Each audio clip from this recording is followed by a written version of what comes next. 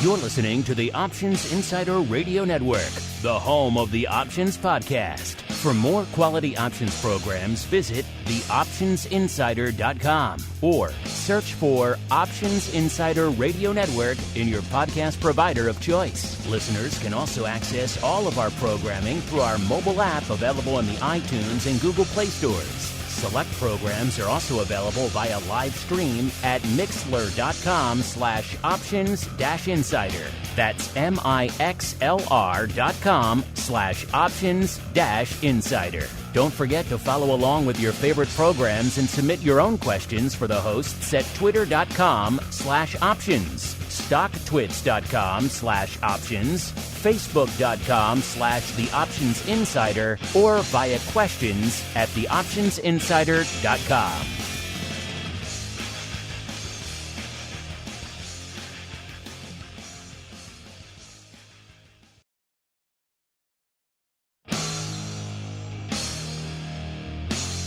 And now, it's time for the show that breaks down the options market from unusual activity alerts to market analysis, strategy overviews, listener questions, and much more. If it involves puts and calls, then our all-star panel will break it down. It's time to hit the Option Block with your host, Mark Longo from the Options Insider Media Group, and co-hosts, Uncle Mike TOSAW from St. Charles Wealth Management, along with Mark the Greasy Meatball Sebastian and Andrew the Rock Lobster GIOVINAZZI from OptionFit.com. And now, get ready to hit the Option Block. All right, everybody. That music means it is time once again for the bi-weekly options extravaganza known as the Option Block. My name is Mark Longo from theoptionsinsider.com. Of course, you can head on over there, get your free earnings move results, and earnings season reports. If you want to go above and beyond, check out the commodities too. And I don't plug it a lot on this show. We do it on TWIFO, obviously, but those TWIFO reports are also available for you free. I mean, it's ridiculous how much data we're giving you guys access to for free. So if you want to see what's going on, let's say in the crazy world of nat gas, or maybe you want to stay in the equities realm, you want to look at the E-mini or Russell 2000 blowing the doors off this week, what's going on from a SKEW. I love those reports. If for no other reason, you can see what's going on in the SKEW and the call wing and the put wing independently of each other. It's phenomenal. I don't know why everyone doesn't do it that way. You know, the hell with the SKEW index and all these other things that give you one number. Meaningless nonsense. You got to look at them both separately, and they let you do that. CMEgroup.com/TWIFO is where you go for those reports. So, man, we give you access to so much cool stuff. And if you want to go above and beyond all that fun, you want to join us for our pro Q&As. We had another great one. We dove deep into the ag world this week with ag options. And you guys had a ton of questions about that stuff, which was awesome. Awesome to see. We don't get a chance to sink our teeth into that often. Pun intended. We had a great pro Q&A on that. Coming up tomorrow, we got options oddities. You want to get access to all that exclusive stuff. Plus, get entered into our fun drawings there for the pro trading crate and everything else. TheOptionsInsider.com/pro is the place to go to learn more out there. And of course, however you listen live after the fact, keep hitting us up. Questions, comments, insights, pearls of wisdom. Keep voting along in our questions of the week. It gives us a good gauge of what you folks are interested in and what you think about the issues of the day. And let's see who we have joining us on the program to discuss said issues and a whole bunch more. First, let's go out to a quiet, a sleepy, some might say a tranquil Hamlet.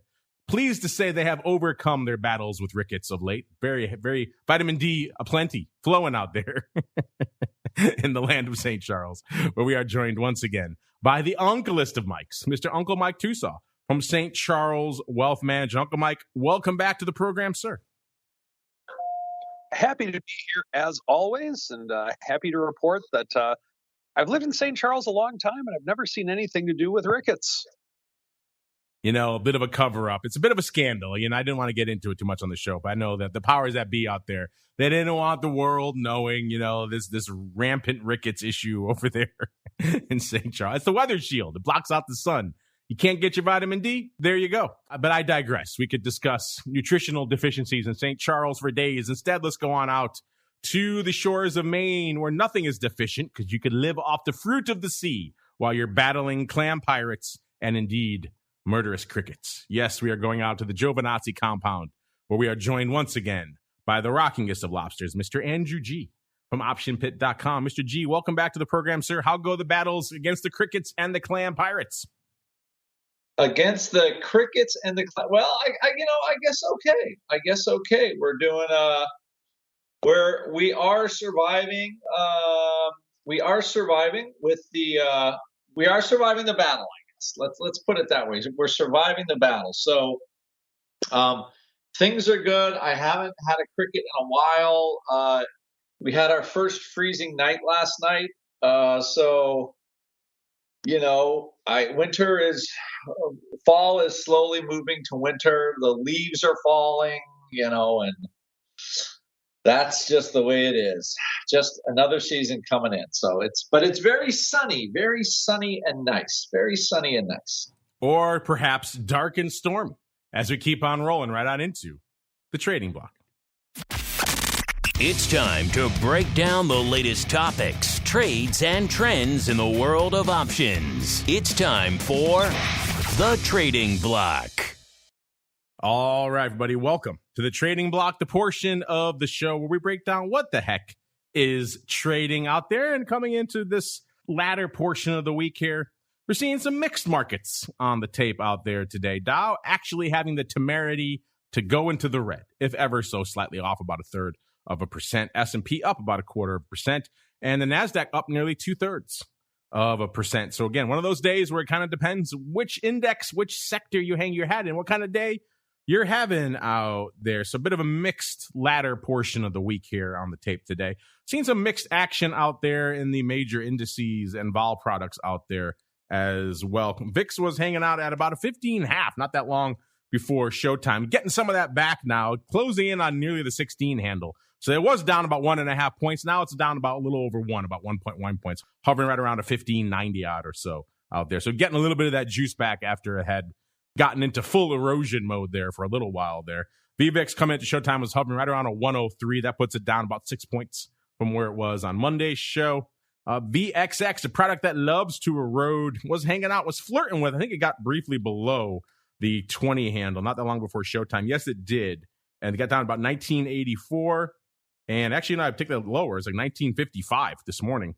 And then it has since gotten some of that back, 20.25 when we're kicking off the show here. So that puts it actually down about 1.25 points from this time last week. Still down, but not quite down as much as it was earlier this morning. And UVXY, aka the product that nobody likes to buy, was at a 14.75, and right before we kicked off the show. That puts it down almost exactly 2 points from where it was this time last week. It has since ticked up a bit. It's a little bit north of the 15 handle now, about 15.15 or so. So it's got about a little over 1/3 of a point back since that low. How low did it get this morning? This morning it got down to 14.35 at one point. So the vol products were just had all the juice squeezed out of them out in the open there. A little bit of that juice coming back in. And of course, vol Q, aka the at-the-money vol of the NASDAQ 100, was at about a 16.75.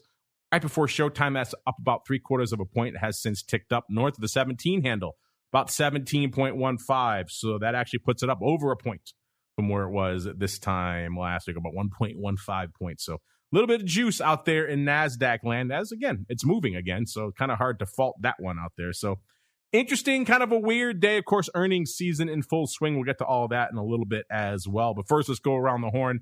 Let's go the way we went, the way we started, really. Let's go back out to the land of rickets and gyros, a.k.a. St. Charles. Mr. Uncle Mike, sir, what is lighting up your tape on this kind of Uncle Mike day?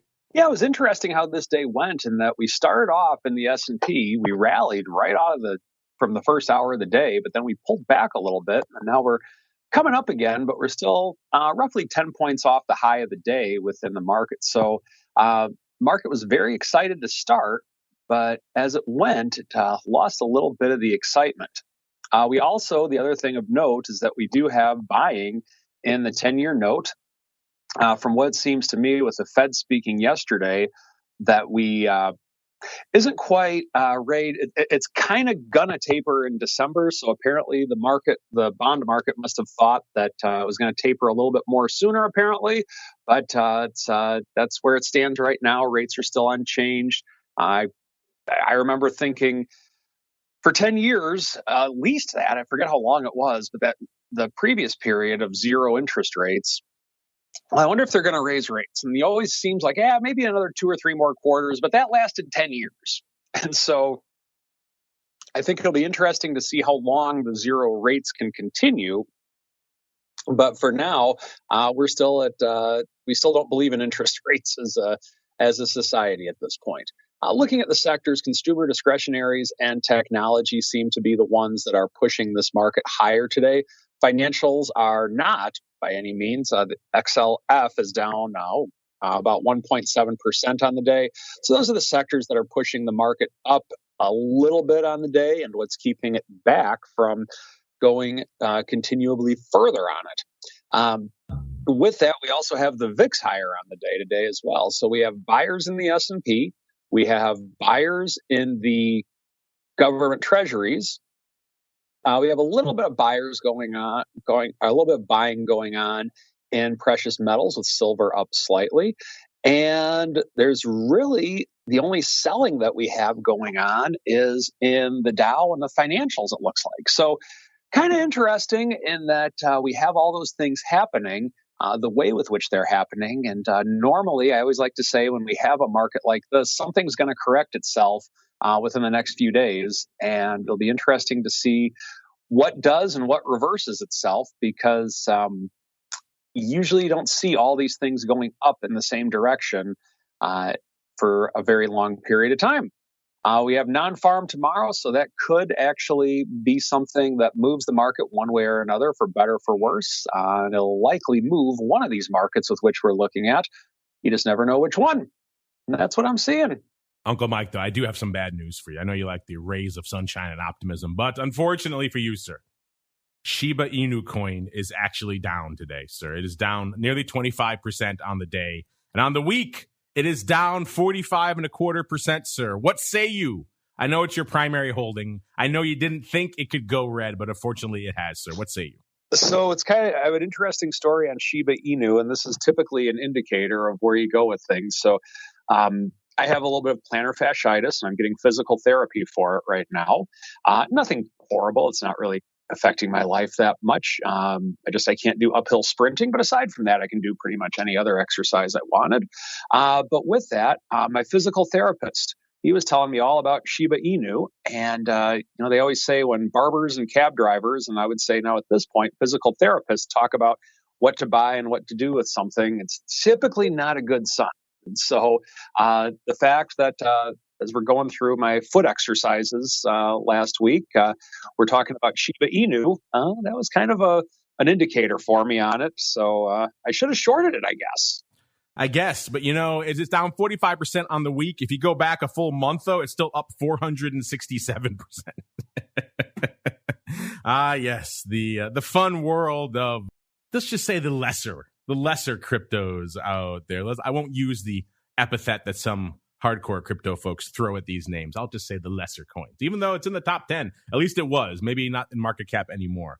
But intriguing stuff nonetheless out there. I see some of you folks in our chat joking about Shiba and Ford. Yeah, Ford's looking pretty good out there, unlike Shiba today. Let's go on out now to the land where I think they've conquered rickets, but I'm not too sure about the modern epidemic of piracy going on out there. Mr. Rock Lobster, sir, how goes the battle with rickets in Maine? And then also, if you have time, aside from that, what's catching your eye in the markets today, sir?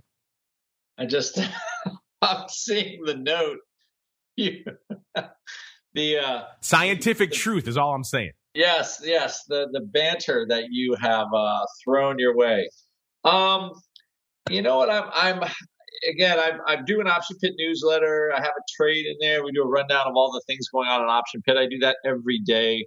And today I feel like I want to call it the market likes the beautiful stocks. Okay, so let's just do a little rundown here. Amazon, like the Qs are up another 100. I mean, it's a foregone conclusion that they'll be 400 relatively soon. An amazing rally. Okay, amazing rally in the Qs. So Amazon up 90. NVDA up 30 is now $300. I think when it just split, it was $200. I'm going to say a month ago, I'm trying to think. Is it up 50% in a month? Let me just make sure, because I want to be accurate to our listeners.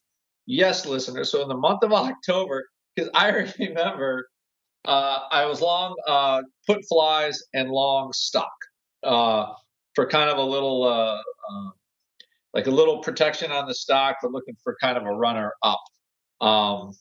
And I thought I was pretty smart. I think I got out of my stock around 220 or something like that. I'm like, woohoo, and okay, that was October 6th, 7th. And a month later, NVIDIA has added 50% to its market cap. Yeah, but Shiba did 463%. So nana boo boo to you. Exactly. What's a large market cap name to a crappy also ran crypto? I mean, how could you compare the two? I know. It's crazy of me, right? So NVIDIA is pushing $700 billion in market cap. And listen, I'm not saying it's not a great company and they have great products and all this, but I think it's definitely and I don't know what the rally is today. The reason somebody must be using their chips, or Facebook is going to do their virtual universe and to be honest, you look at that whole virtual universe for Facebook thing, the metaverse, and just the amount of people staying at home or not, I can't help but think that's going to be a big seller. Of course, it's going to need a lot of computing power. Either way, NVIDIA's up a ton. Again, a beautiful stock, right? Costco up $17 today. Google up 30. Let's just read the list here. McDonald's at $254 stock. Microsoft's not doing much. Like I said, NVIDIA's up $34. That's 12% in a day. Qualcomm's up 17% in a day. Again, all the big chips. They hate Intel. Intel is still kind of in the dustbin. So again, it's hard when you're like an old guy value investor, and then you see just the valuations on undoubtedly great companies, no question about. They do amazing things, but man, they just get bid to the moon. And so what's also happening today is, you have the S&P 500 up, the Qs are up quite a bit, 1%. And VIX drew the line in the sand. One of my students today was saying, 15 is the new 12. And I guess we touched a low for VIX for the year. And that was it. So, and to be honest, with all this upside explosion, vol can't go down. It's just not going down anymore. So I closed yesterday and today a bunch of vol puts. And for that, it's like, for the same reason that we've seen this whole year. Fool me once, fool me twice. So at least for right now, when you have one part of the market like this just going, and I think with a pretty parabolic lift, right? For a company like NVIDIA, it's not a small company. After all, they do make hardware. And they have an enormous market cap. So, and that's where the money's going. Like oil today. So OPEC basically said to Biden, "We're not raising production," and every oil stock is down. Also, I think as far as like commodity plays, I was looking at silver and what's going on. Somehow, silver's up a little bit, gold's up a little bit. A lot of commodity stocks down. So I think just, kind of algo-driven, strange vibrations just for the day. But, vol up, SPX up. Now, here's the thing. Like I said, as you recall, Mark, in the late 90s, early 2000, we saw a lot of vol up, market up, right? Just people getting in size, wanting, to own stocks and just chasing stocks higher and higher and higher. And eventually things settle down. But as of right now, not. So I think we have a volatile VIX is fueled by upside move. And it ain't going away anytime soon. Oh, and I forgot to mention Tesla. Okay. When you want to think now, Tesla was $900.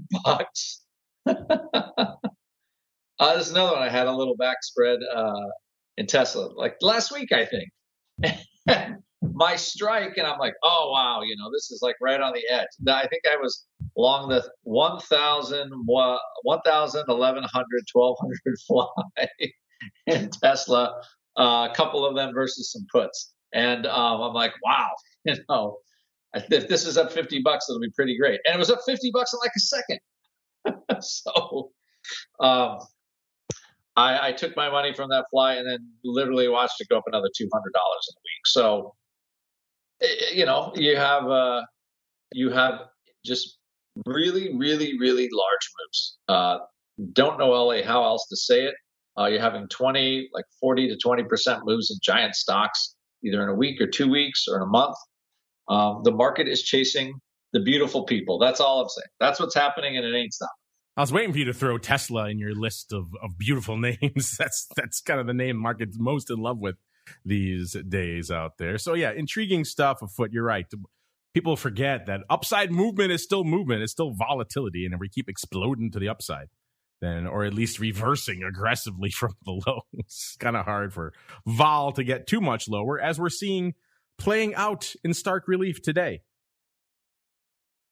Let's see what's playing out there in the broad markets. Let's start in VIX land. It's a little bit of a turnaround, and vol is turning into some paper out there in VIX. In fact, as of a few minutes ago, VIX was already at its ADV for the day. The ADV is 415. Just ticked through it. 416,000 contracts on the tape out there in VIX land. So something is afoot out there in VIX. Let's see if we can look really quickly and see what the most active contracts. It's DEES and Jan 16 puts, each doing 30,000 contracts each. So time spread or maybe a bit of a roll. Also, the Feb 25 calls doing 22,000 contracts. So it's not what I assumed. It's not like one big 100,000 lot driving all the paper. Looks like a bit of probably a roll. So even though that's where you're rolling DEES already, but hey, crazier things have happened. So that's 60,000 contracts in that one probable spread. And then I guess everything else falling in line. Just a very active day across the board out there in VIX land. Not quite as active in the SPY. Only 2.75 million. That sounds like a lot, but for SPY, that's kind of normally at that level. Maybe a little bit rich. Maybe it's normally at 2.5 million right now. The ADV is 4.7 million, so still got a long ways to go. The S on fire, 1.1 million contracts already up there in the big dog, which is the S. I think everyone's just excited about the nanos. They want to get at those SPX nanos, because when you think of a one-share contract, the S is where you want to go. The ADV is about 1.46 out there right now. The Qs doing their usual dose of paper, 1.36 million contracts on the tape already. So the Qs are rocking and rolling again. The ADV is about 1.5 million. Got a feeling it's going to be ticking up after today. And you know what else is on fire, listeners? Freaking small caps. Oh, my goodness. Spoiler alert for TWIFO a little bit later. We got a great guest joining me later today to break down all the madness out there. And small caps definitely going to be on it. They are dominating our movers and shakers report this week, listeners. And already today, IWM has 828,000 contracts on the tape today. That's enormous, because the ADV not that long ago was around 500,000, a little bit more than that. Now it's already ticked up to 649,000, and we've already blown through that again today. So small caps getting their next leg up, perhaps, or there's their next leg of fascination. Whatever is driving this rash of movement in paper, they are on fire out there today. We'll get more into the action out there a little bit later on TWIFO. We'll get into the RUT options, the SKEW, the vol, all that good stuff, and a whole bunch more. Now let's get out to the area that the Rock Lobster was calling the beautiful names. There's a few of those in our top 10 today. By the way, that top 10, very rich. If you're not coming to me with 300K, you're not getting past the bouncer today. 301,000 to be precise. That's what it costs to get past the bouncer into our top 10 today. That gets you to Moderna. Not usually a top 10 player, but today they are. And then we jump up again. Number 9, we're already at 414,000 contracts. That tells you what kind of day it is today, listeners. There's a lot of turbulence out there in the market today. We're turning, we're burning, there's vols exploding, or at least ticking back up. Volume is exploding, definitely. And the numbers here on these single names are just insane. So number 9, we're already at 414,000. On a good day, listeners, on a normal day, that's probably the level for number 3 on our top 10s. That's kind of where we are right now. Number 8, the Amazonians, 425,000. Easy for me to say. for number 8. Number 7, Neo. Neo back in the top 10 after kind of getting kicked to the curb a little bit there last week. 434,000 for number 7. Number 6 is the old Facebook. Yeah, they're still Facebook to me. Forget this meta nonsense. Facebook, 437,000 contracts. Number 5. Yes, I said number 5. Pushed way down the list this week, listeners. There's other folks coming to play today, and they're coming for size. Apple, a mere 854,000. We're at number 5, listeners. We're already at 854,000. That's enough to be the top of the list most days, but not today, listeners. Number 4, one half of our symbol twins out there. AMD looking strong. 966,000 contracts. That should be enough for number 1, but no. Number 3, I think it's kind of firmly in the meme camp now. Just looking at the freaking move it's made of late, it would argue for it. Ford over the $19 handle now. It's just at $12 not too long ago. Man, all those people who had the AUG 20s and the AUG 18s and the AUG 19s, they were just a few months early. Oh, that's so many millions of dollars went down the drain, and expecting this move in Ford back in late summer. But Ford right now over the 1 million level, 1.01 million. Ford just on fire. Number two. Yes, number 2. It's Tesla, 1.38 million. What could top this mad, insane list out here today? What could possibly wrestle the crown today? What kicked Apple all the way down to number 5 on our list? Yep, it's NVIDIA ruling the roost today. 1.45 million contracts. These numbers, listeners. Go back and check out our episode of Options Bootcamp recently, where we called it This Is Not Normal. We broke down a lot of things that are not normal. Add this mad, insane top 10 volume numbers. Add that to the list of things that are not normal. You should not expect this on a given day, but that's kind of what we're seeing out there these days. So, man, we are back in it hot and heavy. Speaking of hot and heavy, earnings season popping off like crazy out there again this week. Let's give you some of the names that have popped off this week. Monday, we had Clorox. Tuesday, Pfizer, BP, Under Armour, Activision, Blizzard, and Lyft. Wednesday, CVS, Norwegian Cruise Lines, Cedar Fair, Roku, and Qualcomm out there, and Etsy and EA. Thursday, so today we got Moderna, Viacom, Pinterest, Uber, Airbnb, Peloton, and WWE for Uncle Mike out there. And then Friday, we have DraftKings and Coinbase. 2 big names on Friday as well. Let's see what we got now. We've got earnings move results reports for several of these. Let's go to a few of these now. Let's go to Moderna first. They were just this morning. These are hot off the presses, listeners. Right before the bell, Moderna, they popped off. 345.92 is where they went into their announcement. They were pricing in 6.7%. Get this, listeners. They delivered 17%. My goodness. Finally, we're seeing some outperformance. It's not in the right direction if that's what you are looking for upside there. But, man, they're off nearly 20% now. 67 handles. My goodness. So a little bit of outperformance there from a vol perspective. Qualcomm, they were after the bell yesterday. Let's see. They were pricing in 4.6%. They closed at 138.5.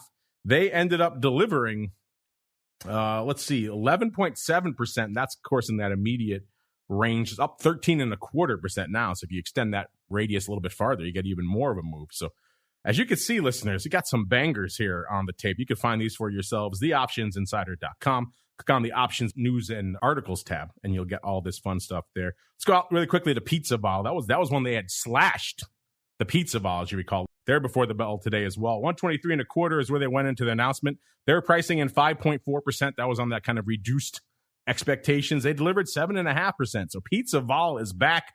I guess slashing it was the way to go because now it looks like an outperformance out there. But either way, there's a lot of tickers here if you guys sink your teeth into. Really quickly, a couple more. EA here, the third after the bell. They were at 139.5. Nice and rich for EA out there. They were pricing in 5.2%, and they delivered 4.3%. It's our first underperformance, listeners. And now I'm looking at it only up 2.6%. So they have underperformed. One of our first names to actually underperform here. Let's go out to Roku. They're a perennial, you should say they were a perennial top 10er, and they were a perennially volatile name for essentially a set-top box and overlay for smart TV company. The third after the bell, 313.36 is where they were trading. They were pricing in 8%. They delivered 5.6%, listeners, so a little bit of underperformance there. And let's look right now. They're off 8.5% now. So they have gotten that move back. So if you waited a little bit and were patient, at least you had a chance to break even out there. Let's see. Let's go out to Viacom. One more here. They were today before the bell. 37 doubles where they were trading going into their announcement. They were pricing in 5.4%. They delivered 3.5%. So one of the few underperformances we've had today, and that's still about the case, 3.75% right now. So intriguing stuff. There's a lot of analysis to do here, listeners, and you guys can do it all for free. You know where to go. As we look, there's reports coming up for next week as well. We'll get to those maybe a little bit later if we have time. Meanwhile, now it's time for us to keep on rolling and see what the Eye of Sauron sees with its fiery gaze. It is time for the Odd Block.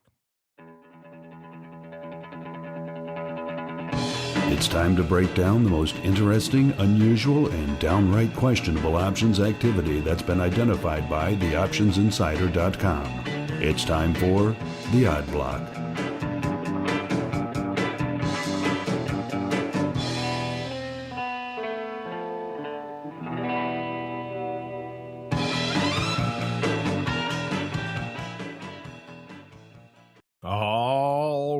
Everybody, let's do it. Let us unleash the Eye of Sauron. Let's see where it fixes its gaze today. We're going to head out actually to some familiar stomping grounds. We've been talking about this name a lot lately. This is COTY, ticker symbol COTY, COTY, trading exactly $9 right now. This is, of course, the fragrance, cosmetics, and skincare company, so multinational beauty company. And we've been talking about them a lot lately, but they're back on our radar today. Like I said, trading exactly $9 right now. They've had quite the year. A year ago, they were trading exactly $3. So they have had some run. Up pretty much 200% since over the course of the past year. A lot of that came early. November, they were trading exactly $3. By November 24th, they were trading $7.55. So they had a huge move. In just November of last year, they more than doubled in the span of just a few weeks. So something was right with them last November. So if you kind of rode this up in November and then kind of dumped it, you did all right. You missed out on some of the move, but it's kind of been hanging out a lot of this ever since. It got up to $7, like I said, hung out there, sold off for a while. In February, it started rallying again, got up to $9 in March, then sold off again. And then in April, got up to its 52-week high of about $10.50. Hung out there very briefly, then it sold off again to about $8.50 again, and it hung out there pretty much until August when it tried to rally again, got up to $9.75 ever so briefly, then sold right back off again to $8 again in September. And it's been hanging out in this $8 range, actually trended lower, got back down to $7.50 October 19th before turning it around again and rallying over since October 19th. It's gone from $7.50 to where it is right now, $9. So it's rallied $1.50 just in the past few weeks. But yeah, pretty much that level it was on October 19th was almost exactly the same level as it was on November 25th of a year ago. So you didn't miss out on a whole heck of a lot outside of a little bit of run to the upside in May. If you got that whole rally in COTY in November, then turned away and did some other trading, maybe you got into some meme names, who knows? You had an exciting year since November. And of course, the COTY now back on the rampage here over the last couple of weeks. Let's see what our Eye of Sauron found out here. Looks like, Mr. Rock Lobster, there's some craziness afoot in the NOV 9.5. Someone's coming to play out there today on the 9.5 strike, and they're doing it for size. We first noticed a big print, nearly 10,000, 9,628 to be precise, of the 9.5s going up for 65 cents. These are a penny off the bid, but it seemed weird. Stock was 905 when these went up, so pretty much right around here. We thought we'd send the Eye of Sauron back to dig a little bit deeper, and so we did.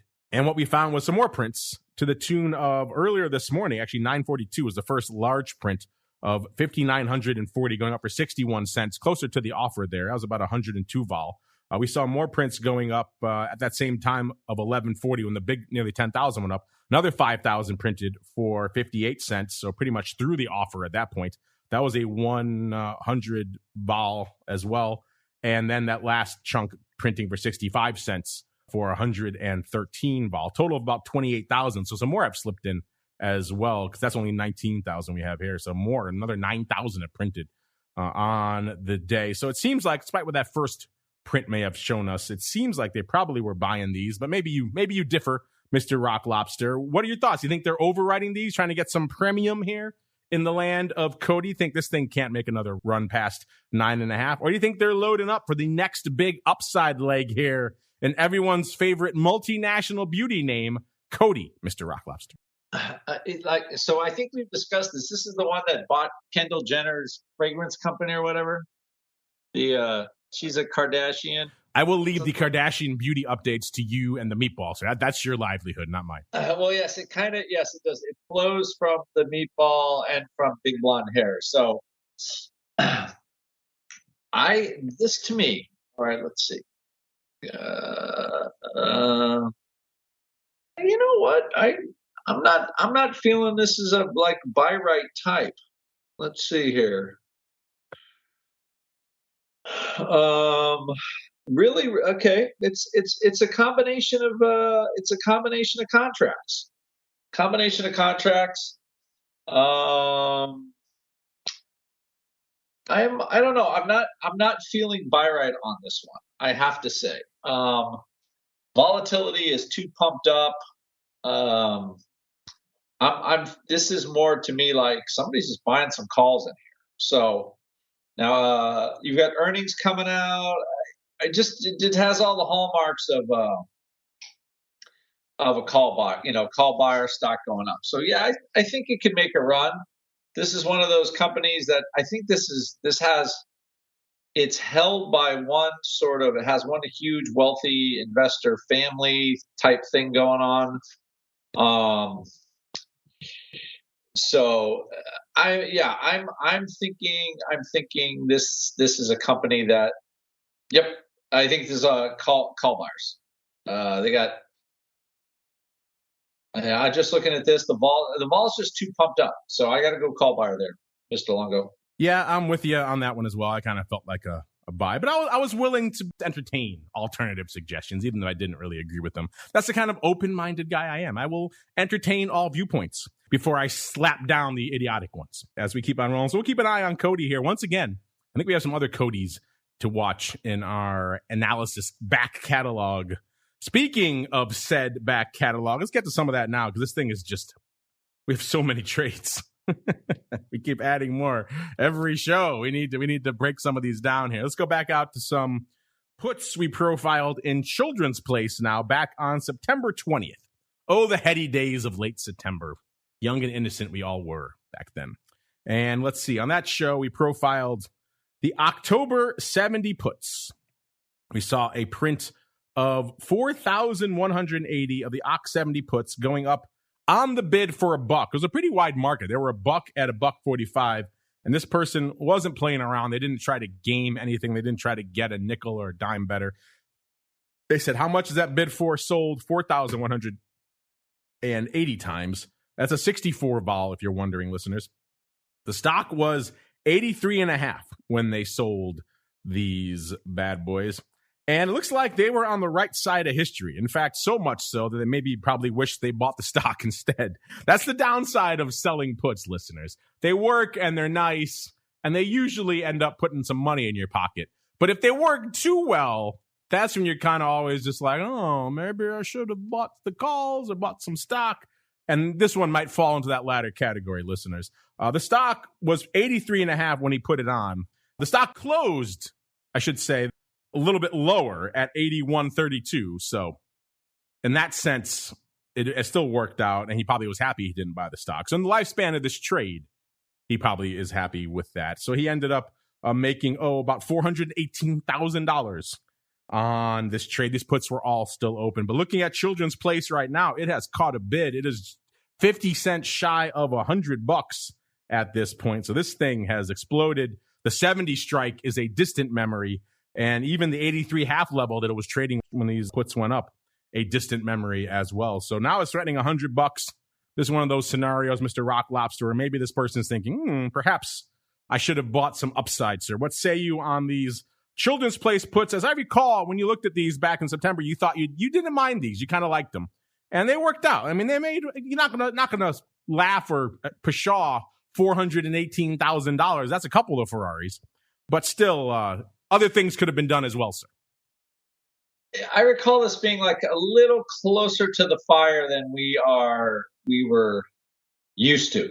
Does that sound right at the time for right now? I have in my notes that you said you don't hate these, that you liked them. Yeah. So I think you gave them a big chef's kiss and the Rock Lobster seal of approval. Yeah. Well, I have to say they made some money. I mean, we're stock's almost $100. They finished $11 in the money, and what else? What else do you say about these? I think this was line in the sand-esque, I would say, but not strictly a line in the sand put, so to speak. These are pretty juicy. They got a buck for them. There was no earnings in this. The earnings were in November. They still haven't happened. They got a lot of juice for these puts. I can't fault them for selling these bad boys, that's for sure. And it worked out. So clearly, in hindsight, it was the right play, even if perhaps scooping some upside. This thing, Children's Place. I guess children's apparel and accessories is on fire these days. This name is up 73% over the last year. It was trading $25.50 a year ago, now trading not that far from $100. So quite the run here for Children's Place. All right, let's go on out now to another review. This one not that long ago, Mr. Rock Lobster, just a little over a week ago. We're going back to Brazil, to everyone's favorite PBR. No, not Pabst Blue Ribbon, even though that would be fun. But we're going to Petrobras. Yes, we've been out there a few times on this show and many times as well on oddities. Brazil, Argentina. We've been sucked to South America on oddities many times. iTub, all these names going up for size.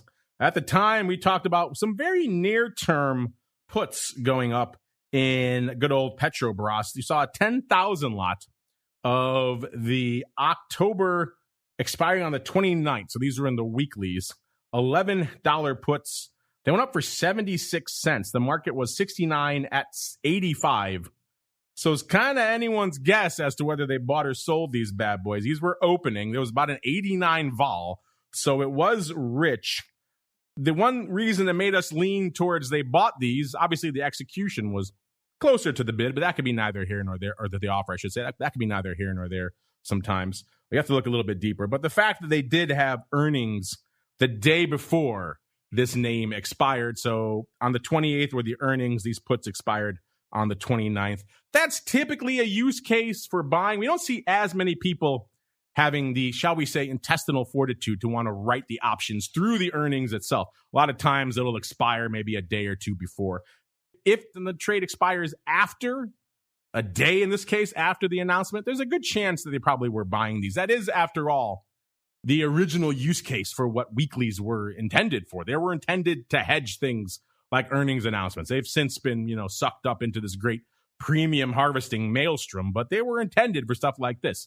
Buying them and to hedge the day after earnings. You don't have to buy a whole monthly contract. Just buy the weekly and you're good to go. And so it looks like, I'm going to read it as that they bought these bad boys. And Pabst Blue Ribbon, a.k.a. PBR, it was trading $10.39 when they put these up. So these were already in the money. They were pretty meaty. And there were earnings, like I said, the day before these puts expired. And the earnings looks like they were not good. So it seems like they were on the right side of history on these ones. Because the stock closed at $9.82 on expiration. These puts were still open. So I'm going to look at the side of they probably bought these, and the puts at least. Obviously, they had stock, so the stock not looking so good. But the puts straight up made about a little more than $750,000, $760,000 on these bad boys. So if they bought the puts, looking all right. If they sold the puts, then not looking as good, and even worse now. Coming into the show, actually the stock's ticked down even lower. It's at 9.5 now. So if they bought the stock, they've lost about another $300,000 on this trade on top of it. So let's hope for their sake that they bought the puts to hedge their position. They're out of that stock now and they're good. Mr. Rock Lobster, how do you interpret this one, sir? Very interesting one. I have not sold puts in PBR yet. I actually was long some strangles. I sold the puts out, so I have the calls for almost nothing. But this stock with Bolsonaro and all the problems in Brazil, I think this. I mean, you trade these. I think you trade these on the politics, and when the politics are really bad, they just sell everything off, and then things get better down the road at some point. So it looks like if they were, let's say, this is a good one on. I'm trying to think here with this one. Buy or sell is pretty tough. What's weird is I have noticed most of the paper has been bullish because I follow the stock. So right now, basically, I'm looking at the 11 calls in January. I'm trying to see if I can get them for less than 15 cents. The stock was just $11. I guess oil prices going up doesn't matter. Nothing matters. Yeah, the 11s are 15 cents. I mean, the stock was just $10.50, not very even like a week and a half ago or something.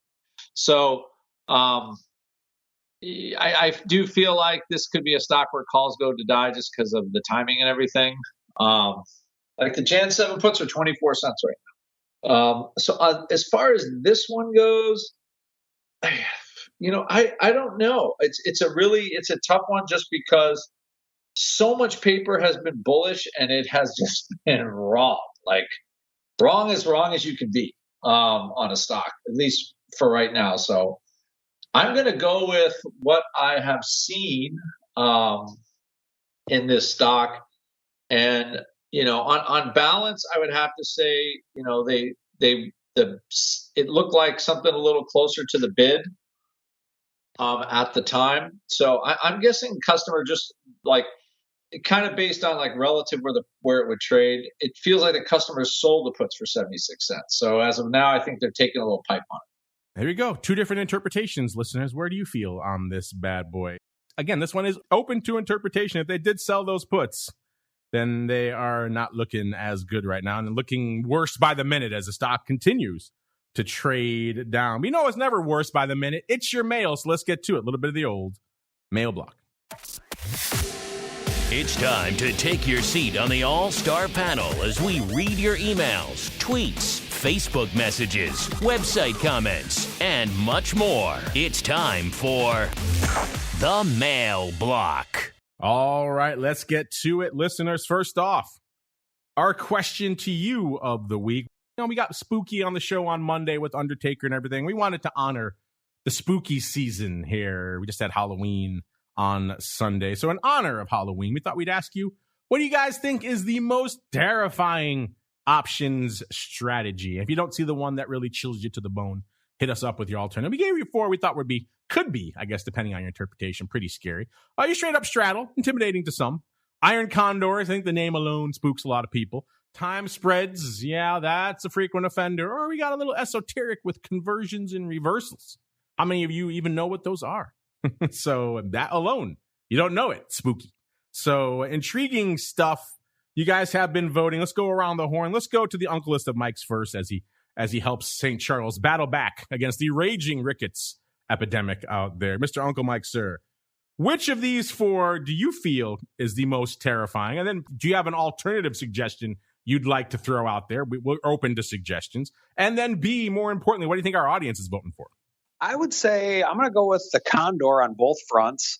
And the reason that I think the Condor is the most scary is because it's one of those strategies where people typically do it at a high probability level to where they sell their spreads so far out of the money that it's highly unlikely that they'll be touched.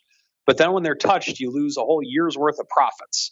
And so to me, that's personally very scary. And the thing that I would put out there as something even more scary would be a naked short strangle for the same reasons, because you're not hedged in that. Short strangle, Uncle Mike adds. No one's written in for short strangles. Interesting. Interesting indeed. Mr. Rocklobster, same question for you. If you have a choice or perhaps a write-in you'd like to suggest, have at it. And then B, more importantly, what do you think our crazies are voting for? I think the crazies are voting for a calendar time spread just because, I just don't think people in general kind of understand totally how it works. Oh, wow. What I would say that was the most understand. I think the short strangle, I will agree with TOSAW. That might be the most abused position that people think they understand, but probably don't. I would go there with that one. Short strangle right in for the 2 of you. Well, let's see what our audience is thinking. And as I thought, time spreads is in the lead, but it's not quite as commanding as I thought. It's pretty impressive, but not quite as commanding. It's not like 80%. Time spread's 46.7% right now. Number 2, the old Iron Condor, 31.1%. Number 3, Straddles, 15.6%. Number 4, conversions and reversals. I don't think a lot of people even know what those are. So kind of threw that in there as a bit of just a test, see what you folks thought of those. We have mentioned those on this show and on Options Oddities before, though, if you folks pay attention. We have some write-ins. No short strangles, though. 2 of you going the short strangle route, which is interesting. We have our regular writer in there. I just like his handle. That's how he makes it on the show all the time. He's got a good handle. Age of Delaquarius. He says he's got to go with time spreads, especially if there's a large gap between the expiration dates. Yeah, your traditional calendar is going to be about 1 month, maybe in the weeklies, 1 week. So yeah, if you go many months out, then it's a very different beast, right? You got a near-term high gamma thing, and then something farther out that's only loosely correlated to that. So you're right. Then they get very spooky. So yeah, that's going to run for another day or so. If you haven't voted yet, listeners, get in there, get your votes in, make your voice heard. All right, let's go out to Alex now. Alex wants to know, do you think other exchanges will jump on board the nano party and start launching one share, no multiplier options? Well, I would think our audience was clearly in wait and see mode. What was the actual breakdown for it? Yeah, we asked you guys if you're going to trade these, and about 2/3, 64% said no. Only 35% or so really saying yes. So our audience is in wait and see mode. I would not be surprised if the other exchanges are going to do something similar. They'll let the CBOE be the vanguard. They'll let them deal with the regulatory issues. They'll let them deal with the marketing and the education, the heavy lift that is required for these things. They're saying sometime in Q1 of next year, if these things take off and they're a huge hit with the retail audience, yes, this is a Me Too business. Everyone rips everything off that works. Look at every exchange has ripped off every pricing mechanism and everything else under the sun that works. So yes, they will have Me Too. They won't call them nanos, obviously, but they'll call them something similar. And they'll be effectively the exact same thing. So yes, look for lookalikes and copycats if these things take off. Also look for lawsuits from the CBOE as a result. I don't know if you can you can trademark it. If you can copyright a multiplier, I don't know if that's enough to distinguish you. But hey, I'm not a product attorney here in the space. I do expect there probably will be some litigation out of this if these things are hits. But yes, I would not be surprised to see folks jumping on. That's kind of what the options game is all about. Mr. Rock Lobster or Mr. Uncle Mike, you have any thoughts? You think the rest of the exchange industry is going to jump on board the nano train if it's a hit? I think that for sure they would, because with that, if that's a hit, who wouldn't want that paper? I mean, it's one that like I said, if they can make it work, I think it's a great idea. But I think that it's a big if before anything. And if all of a sudden the CBOE is making money off of doing that, and they're getting narrow bid ask spreads, the market makers are on board and the brokers are on board, and they're getting a lot of people wanting to do these one share a lot. You can call it a one lot. I don't even know what we'll call it, a nano one lot of like an Amazon or a Google eventually. And yeah, I think they will, but it's we'll just have to see if the way with which this is going to work is that everyone's going to have to come together on it, and that's oftentimes difficult to do in our business. Yeah, they'll just rip each other off and then sue each other. That's probably what will end up happening. Mr. Rocklobster, any thoughts, sir, on this? The nano thing. I maybe people will trade them. I don't see it like commission wise, everything wise. It's just like the one gamma contract, the one delta contract is, I think that's, if at that point, just people should just buy one share of stock, I don't know. Look at you, the party pooper here. Everyone's all fired up for nanos. And then you got the cynic out there in Maine in his compound saying poo-poo to you. A little bit of that. I have to say, I hate to throw the cold water on it, but, I like. So for my kids' retirement, my kids' trading accounts, I just buy like shares between one and 10 shares, and like the cost is low, and, to get some start in the market. So I think it's, I think it's one of those funky ones.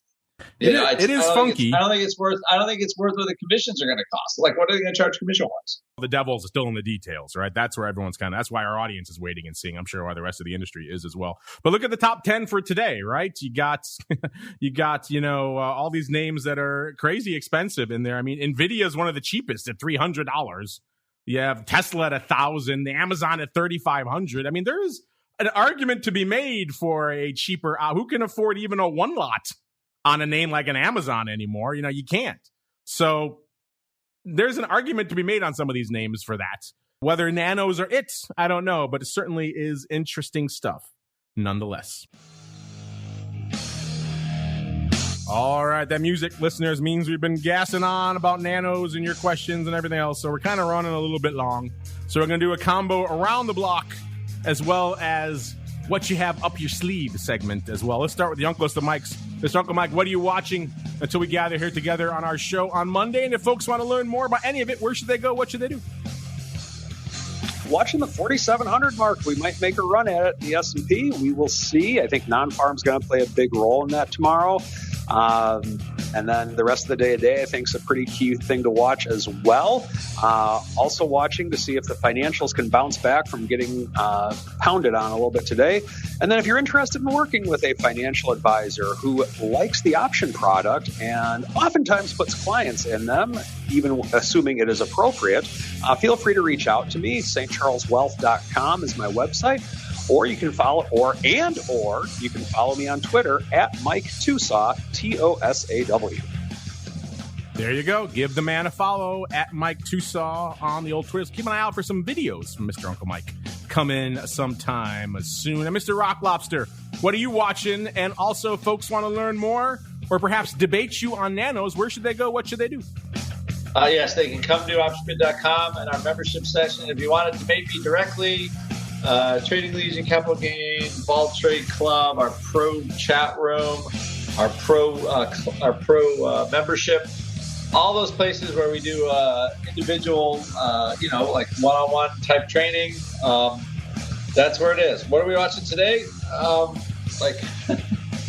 Just as TOSAW said, like at 4,700, I think is a lock.